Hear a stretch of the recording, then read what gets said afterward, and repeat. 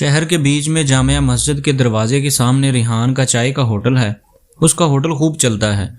اس نے ہوٹل کی دیوار پر 50 انچ کی LED لگا رکھی ہے جس پر سارا دن لوگ فلمیں دیکھتے ہیں، ہندی، انگریزی، چائنیز وغیرہ۔ رات 10 بجے کے بعد والے شو بالغ افراد کے لیے ہوتے ہیں۔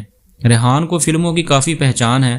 ہارر، رومانوی، تاریخی، آرٹ، ہر طرح کی فلموں کا وسیع علم ہے۔ ریحان 5 وقت کا نمازی بھی ہے۔ جیسے ہی اذان ہوتی ہے وہ دکان چھوٹے لڑکے کو سونپ کر مسجد کا رخ کرتا ہے۔ اس کا ماننا ہے کہ پنجگانہ نماز کی بدولت ہی اس کے کاروبار میں برکت ہے۔ یوں ریحان کا سارا دن فلموں میں اور 5 مرتبہ کچھ منٹ مسجد میں گزرتے ہیں۔ مگر تمام لوگوں کا ماننا ہے کہ ریحان ایک نیک اور نمازی پرہیزگار آدمی ہے۔ مسجد کے امام کا نام مولوی حافظ عبدالسبحان ہے۔ 25 سال کا خوب روح باریش نوجوان تازہ درس نظامی کر کے آیا ہے اور مسجد میں بلا معاوضہ امامت و تدریس سنبھالی ہے۔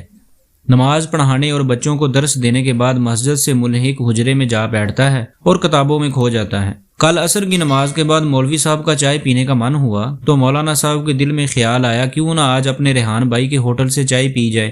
مسجد کے صدر دروازے پر ہوٹل ہے، چنانچہ وہ حجرے کا کواڑ لگا کر چپل پہنے ہوٹل میں داخل ہوئے۔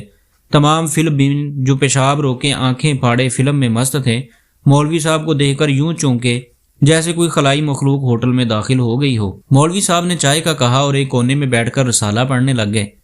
تیسری آنکھ سے دیکھنے والے کو صاف معلوم پڑتا تھا کہ اس وقت ہوٹل میں مجرم فقط ایک ذات تھی، یعنی مولوی حافظ عبدالسبحان صاحب۔ چائے پینے کے بعد حجرے میں لوٹ آئے۔ نماز مغرب کی اذان دے کر مولوی صاحب مصلی امامت تک تشریف لائے تو مقتدیوں کے چہرے یوں بدلے ہوئے تھے جیسے کوفہ والوں کے مسلم بن عقیل کو دیکھ کر بدلے تھے۔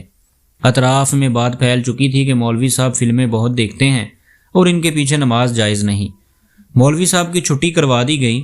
عشاء کے وقت جب مولوی حافظ عبدالسبحان صاحب اپنا سامان سمیٹے مسجد سے نکل رہے تھے تو ریحان بھائی کے ہوٹل میں بیٹھے چاچا شریف نے ریحان کو پکارتے ہوئے کہا، اچھا کیا مولوی حافظ عبدالسبحان صاحب کی چھٹی کروا دی، ایسے مولویوں کی وجہ سے اسلام بدنام ہے اور ہم مسلمانوں کی عزت نہیں ہے۔